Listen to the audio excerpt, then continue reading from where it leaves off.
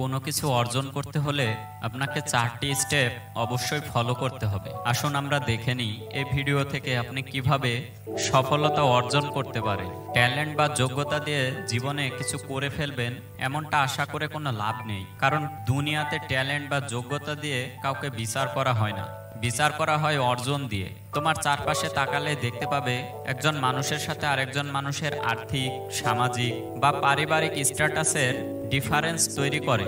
তাদের অর্জনের ডিফারেন্স দিয়ে, ট্যালেন্টের ডিফারেন্স দিয়ে না, এটাই বাস্তবতা। এজন্যই চাকরি দেওয়ার সময় কোয়ালিটি দেখার আগে কোয়ালিফিকেশন দেখা হয়। অঙ্ক বুঝতে পারার উপর মার্ক না দিয়ে অঙ্ক লিখতে পারার উপর মার্ক দেয়া হয়। অর্জনই গর্জন। যার জীবনে অর্জন যত বেশি সে তত বেশি এগিয়ে যায়, আর জীবনের অর্জন যে যত বেশি উপলব্ধি করতে পারবে সে তত বেশি হ্যাপি থাকবে। তবে কারো জীবনের অর্জনের সংখ্যা বাড়ানোর খুব চিন্তা কঠিন কিছু নয়, বরং সিম্পল 4টা স্টেপ ফলো করলে যে কেউ জীবনে অনেক কিছু অর্জন করতে পারবে। যে কাজটা শুরু করি বলে শুরু করা হয়ে উঠছে না, সেটা শুরু করে দিতে হবে। কনফিউশন, ভয় আর মাইন্ডসের কাছ থেকে গাইডলাইন পাওয়ার জন্য যতদিন অপেক্ষা করবে, জীবনে কিছু একটা করার সম্ভাবনা তত বেশি কমে যাবে। বিজনেস শুরু না করে বিজনেস আইডিয়া নিয়ে যতদিন বেশি চিন্তা করবে, একই আইডিয়া নিয়ে অন্য কেউ বিজনেস শুরু করার চান্স তত বেশি বেড়ে যাবে। স্লো প্ল্যান বানাতে গিয়ে সময় নষ্ট করো না। পড়ার রুটিন বানাতে গিয়ে পরীক্ষার পড়া বন্ধ করে রেখো না। যেটা মেন কাজ সেটা দ্রুত করো, যত সম্ভব দ্রুত করার চেষ্টা করো। যে কাজটা শুরু করেছো সেটা ফিনিশ করতেই হবে। কবিতা অর্ধেক লিখে তুমি কবি হতে পারবে না। শুধু এ মাইনর আর জি মাইনর শিখে গিটার বাদক হতে পারবে না। 80 পাতা থিসিসের 10 পাতা লিখলে ডিগ্রি দেবে না। কাজটা ফিনিশ করতে হবে, শেষ করতে হবে। ভালো না লাগলে নিজের ওপর জোর করে হলেও ফিনিশ করতে হবে।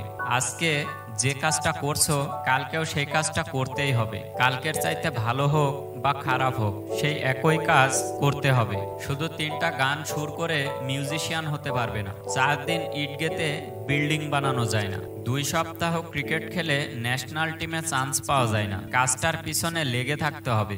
লেগে থাকলেই উন্নতি হবে, দক্ষতা আসবে, নতুন নতুন কৌশল তোমার নিজের ভিতর থেকেই উদ্ভব হবে। হতাশ হয়ে ছেড়ে দিলে যে কয়দিন ট্রাই করেছো সেই কয়দিন সময় অপচয় ছাড়া আর কিছুই নয়। তাই ভালো হচ্ছে না খারাপ হচ্ছে, ভবিষ্যৎ লাভ হবে কি লস হবে সে বিচার না করেই লেগে থাকো। শো অফ করতে হবে, ওভার কনফিডেন্স দেখাতে হবে। তোমার যোগ্যতা যতটুকু তার চাইতে বাড়িতে বলতে হবে। কারণ টুথপেস্ট দিয়ে দাঁত ব্রাশ করলে ফুলের গন্ধ বের হবে, পিছনে হট মডেল ঘুরবে না।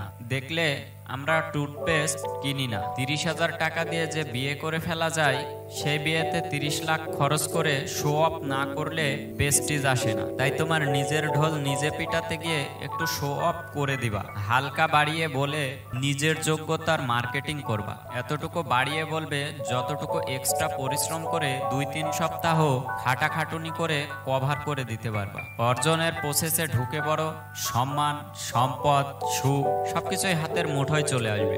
দর্শক, ভিডিওটি যদি ভালো লাগে অবশ্যই আমাদের চ্যানেলটি সাবস্ক্রাইব করুন এবং পরবর্তী ভিডিও যাতে মিস না হয় সেজন্য বেল আইকনটি বাজিয়ে অল করে দিন।